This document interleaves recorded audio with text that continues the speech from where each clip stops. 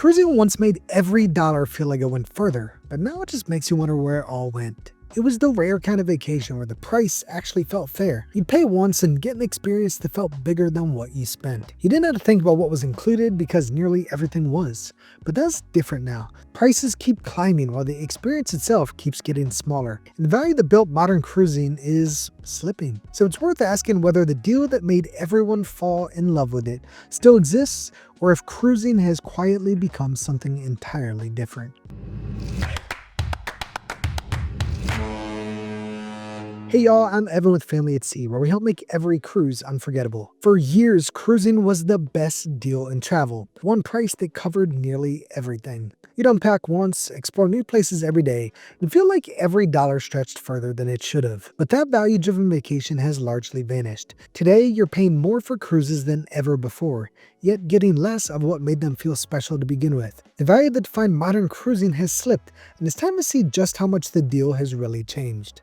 If you're ready, I am. Let's go. Over the past 5 years, the cost of cruising has undergone a quiet but profound transformation. Industry data shows that average fares across mainstream cruise lines have risen by more than 35% since 2019, outpacing general inflation, which has increased roughly 26% over that same period. In practical terms, a balcony cabin that once sold for around $1,400 for a 7-day sailing before the pandemic now averages closer to $1,900 for the same itinerary and same stateroom category. This is not a matter of new ships or premium routes. These are price increases for identical products repackaged under familiar marketing. And that doesn't even account for the new generation vessels entering service today, where fares have risen even more sharply. Sailings on ships like the Icon of the Seas, Norwegian Aqua, and Carnival Mardi Gras regularly command premiums of 40 to 60% above comparable itineraries from just a few years ago.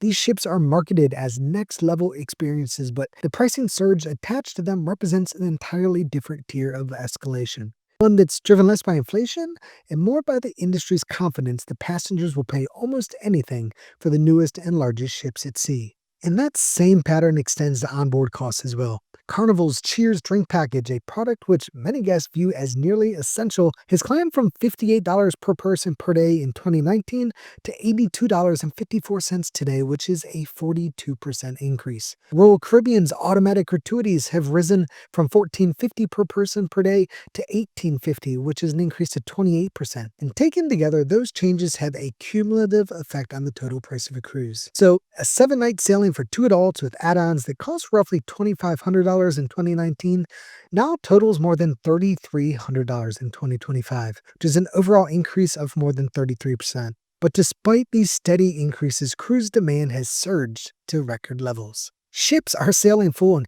cabins that once went unsold now disappear months in advance. The paradox of higher prices alongside record demand reflects how deeply the industry's value perception has been ingrained in travelers' minds. For decades, cruising was defined by its affordability and predictability. It was the one vacation where travelers knew what they were paying for. But as fares climb and the cost of even basic amenities continues to rise, that definition of value has started to fracture. While these price hikes tell part of the story, they don't capture the full extent of what's changed, because the most noticeable difference isn't just how much cruising costs, but how much less that cost now includes. And if the idea of paying today's prices for yesterday's perks makes you cringe, that's where Cruises It comes in. They give you a real person who knows your ship, your itinerary, and actually looks out for you long before you ever step on board. They've saved us thousands, unlocked perks we didn't even know existed, and made sure we never ended up like Frank, who thought the muster drill was a cooking class and showed up wearing an apron. Frank, this isn't culinary school, it's a safety drill.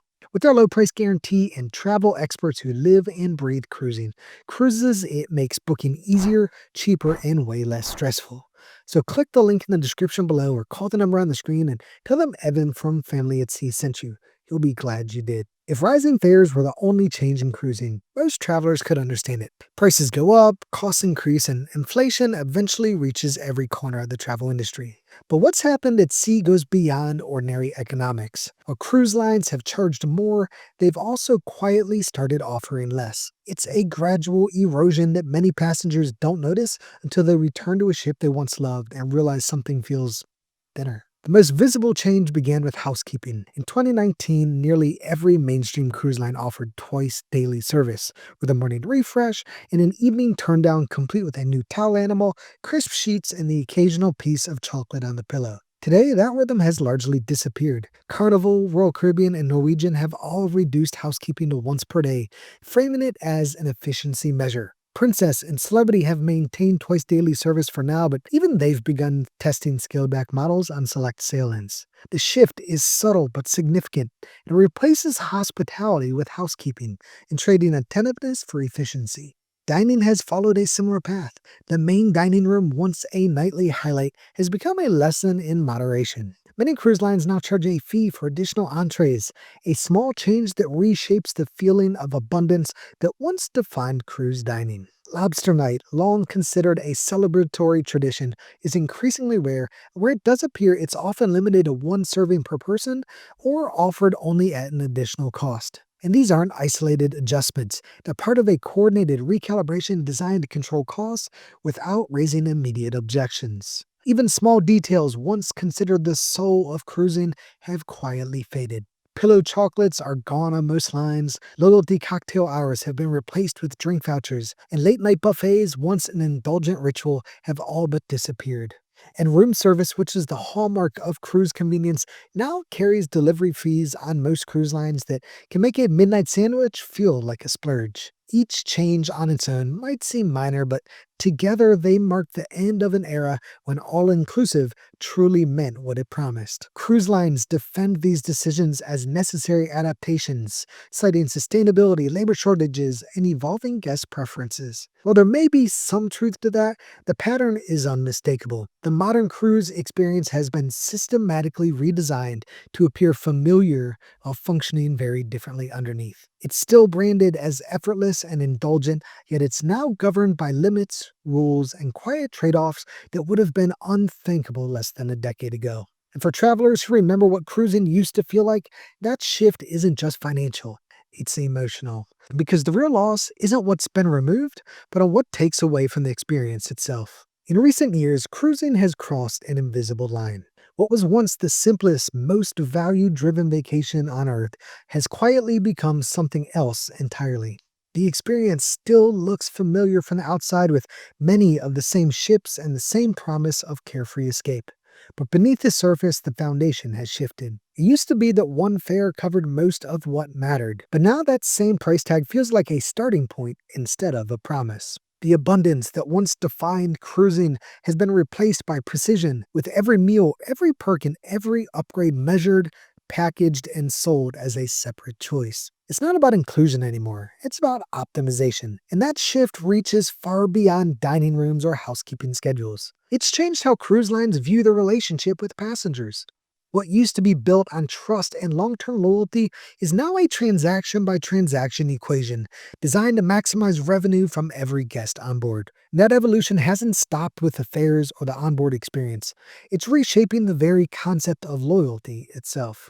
For years, cruise loyalty programs were a genuine thank you to returning passengers. The more you sailed, the more personal the experience became.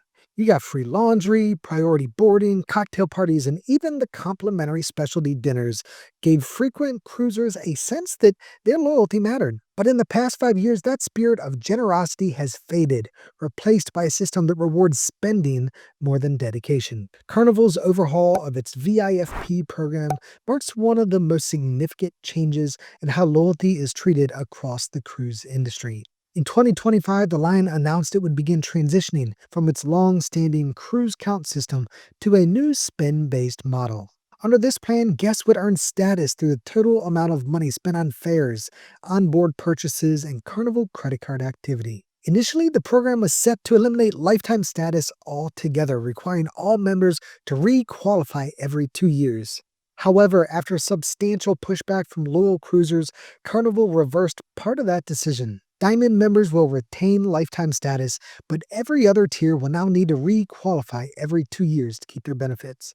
It's a fundamental change in philosophy where loyalty no longer depends on how long you've been cruising with Carnival, but on how much you spend within a set period of time. And many of the small but meaningful perks that once came automatically are also being removed. Free pins, onboard gifts, and the popular platinum and diamond cocktail parties are being replaced by simple drink vouchers. Carnival says the move will help manage overcrowding at elite events and keep benefits meaningful, but for many loyal guests, it feels like a transactional downgrade. Proof that loyalty is now something you have to pay to maintain. At Princess Cruises, the decline has been quieter but no less significant. The line eliminated free onboard credits for repeat customers and converted complimentary internet minutes into a 50% discount. Even the finer touches like enhanced toiletries, tote bags, and nightly chocolates have largely disappeared.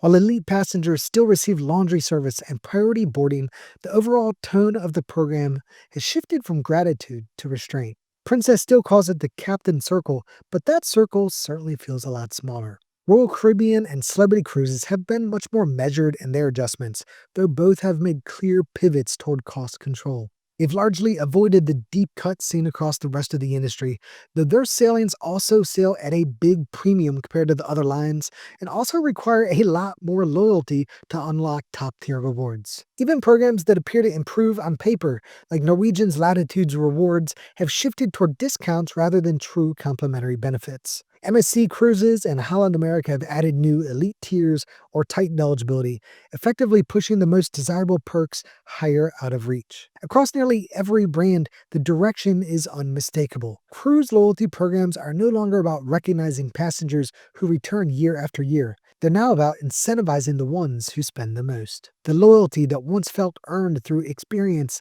now has a price tag attached. And for many longtime cruisers, that may be the hardest change of all. Now look, here's the truth.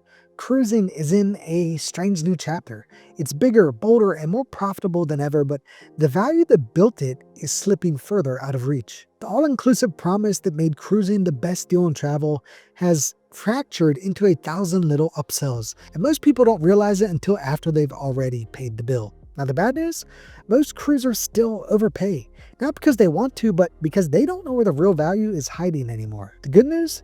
You don't have to. Give me 11 minutes and you'll never pay full price for a cruise again. It's all my next video, so don't stop here. Come hang with me in the next one and let's save you real money on your next sailing.